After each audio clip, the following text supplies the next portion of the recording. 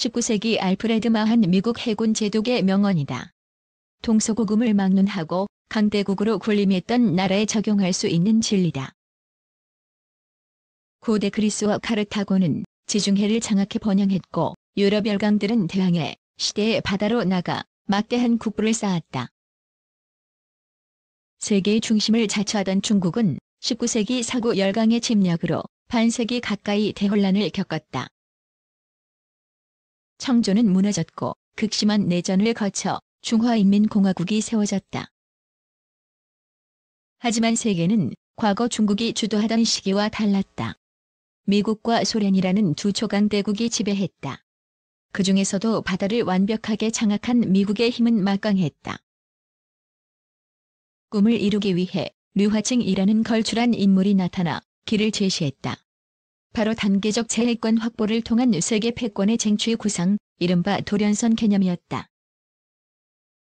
중국이 제시한 도련선은 말 그대로 태평양에 있는 섬을 사슬처럼 이은 가상의 선을 말한다.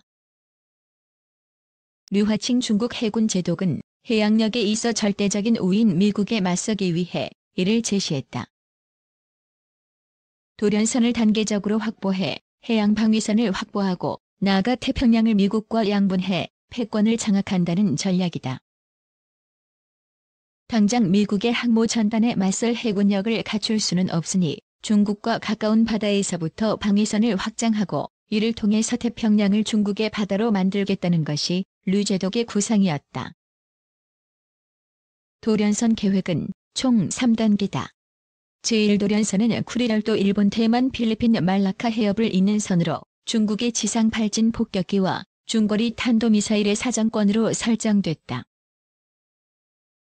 제2도련선은 일본 오가사와라, 제도 괌사이판 파푸아뉴기니를 잇는 선이며 제3도련선은 알류시안 열도 하와이 뉴질랜드를 포함하는 서태평양 전역이 들어간다. 중국의 군사력도 단계별 도련선 계획에 맞춰 개발됐다. 제1도련선 장악을 위해 H-6 폭격기와 DF-21D 대함 탄도미사일이 전략화됐고 제2도련선 확보를 위해 대형 구축함과 잠수함이 다량 건조됐다. 제3도련선, 즉 서태평양 전역을 중국의 세력권 하에 두기 위해서는 5척의 항공모함이 준비 중이다. 현재 추세로 중국의 군사력 건설 프로그램이 순항할 경우 중국은 2030년대 중반에 서태평양에서 미국 태평양 함대에 도전해 볼 만한 군사력을 갖게 된다. 1990년대 이후 초고도 상장에 취한 중국은 도광양회를 강조하며 향후 100년간 절대 미국에 대적하지 말라던 덩샤오핑의 경고를 너무나도 쉽게 망각했다. 그 샴페인 뚜껑을 딴 사람은 바로 시진핑 중국 국가주석이었다. 그는 집권 초기부터 중국을 미국과 동격의 초강대국, G2로 자처하며 공세적인 대외정책을 폈다. 지난 2013년 베이징을 방문한 존 케리 미국 무장관에게는 태평양은 중국과 미국이라는 두 대국을 수용하기 충분히 넓다라며 태평양 양불론을 들고 나오며 이빨을 드러냈다. 중국의 의도를 확인한 미국은 대외 군사 전략의 포커스를 중국에 맞췄다. 2014년 미 합동참모본부가 발표한 합동작전 접근 개념이나 공희전투 개념은 모두 중국의 도련선 방어 전략인 반접근 지역 거부 전략을 깨기 위한 것이었다. 중국을 겨냥한 미국의 이러한 군사 전략 수정과 군비 증강은 트럼프 행정부 출범 이후 더욱 탄력을 받았고 중국의 바람과 달리 미국과 중국의 군사력 격차는 갈수록 벌어지고 있다. 이러한 가운데 지난 5일 중국이 경악할 만한 소식이 들려왔다. 미 해병대가 상원군사위원회에 보고한 군사력 증강 계획에서 해병대 전력 건설의 최우선 순위가 지대함 미사일 획득이라고 선언한 것이다. 이날 미 해병대가 의회에 보고한 획득 대상 지대함 미사일은 일반적으로 알고 있는 그런 미사일이 아니었다. 미 해병대는 자신들의 지대함 미사일 획득 프로그램을 해군 해병대 원정 선박 차단 시스템, 줄여서 네메시스라고 명명했다. 네메시스는 고대 그리스 신화 속 보복의 여신을 의미하기도 하지만 인과응보라는 뜻도 가지고 있다. 현대 국제 해양 질서를 무시하는 중국의 돌연선과 A2AD에 대한 보복과 응징 수단이라는 점을 내세운 것이다. 일반적인 지대함 미사일은 덩치가 크다. 큰 트럭이나 트레일러에 여러 개의 미사일 발사관이 달려있고 이와 별개로 표적을 찾기 위한 레이더 차량과 이를 제어하는 통제소 차량, 발전기 차량 등이 하나의 세트로 구성되어 있다.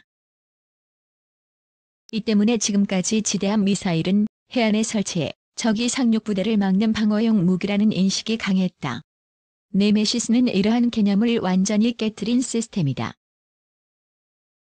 네메시스의 주요 구성 요소인 로그 파이어스는 원격으로 제어되는 무인 시스템이다. 험비를 대체하는 차세대 전술 차량 JLTV를 무인화한 뒤 여기에 사거리 180km가 넘는 스텔스 대한 미사일을 장착했다. 미 해병대는 로그 파이어스형 미사일로 차세대 장거리 대함 미사일인 AGM-158C LRASM의 개조형, 기존의 하푼 대함 미사일, 노르웨이제 NSM 등을 고려하고 있다. LRASM은 스텔스 설계와 인공지능 기술이 들어간 세계 최강의 아음속 대함 미사일이며 NSM 역시 하푼을 잇는 차세대 서방 표준 대함 미사일이라는 평가를 받을 정도로 우수한 성능을 가진 대함 미사일로 현존하거나 가까운 미래에 등장할 중국 함대의 대공 방어 체계로는 방어가 어려운 무기다. 이러한 미사일은 무인화된 소형 전술 차량인 JLTV에 탑재돼 운용된다.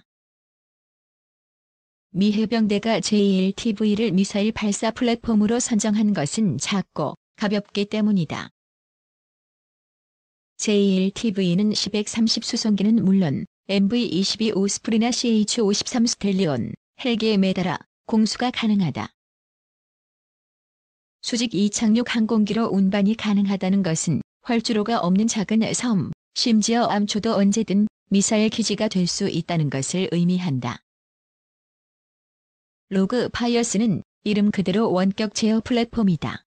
표적을 찾는 것은 위성과 해상 초계기, 무인 정찰기 등 다른 미군 감시 정찰 자산의 임무다. 즉, 미군의 의지에 따라 유사시 우리 남서해안 수백 개의 섬은 물론 오키나와 열도, 센카쿠 열도와 남중국해 암초들까지 모두 미군의 미사일 기지가 될 수 있다. 더 무서운 것은 미 해병대가 네메시스와 별도로 준비하고 있는 원정 전진기지, 즉 EAB다. EAB는 선박으로 예인하거나 항공기로 투하 가능한 소형 모듈식 파지선이다. 미 해병대는 이 이동식 기지를 적 해안 근처에 띄워놓고 항공기 연료, 무장 재보급 거점으로 사용하기 위해 개발했는데 이 바지선은 문자 그대로 그냥 바지선일 뿐이기 때문에 필요한 곳에 띄워놓고 유사시 로그 파이어스를 투입하는 인공섬 역할을 할 수 있다. 미군이 서해와 동중국해, 남중국해 해상에 대량의 EAB와 로그 파이어스를 설치한다고 가정해보자.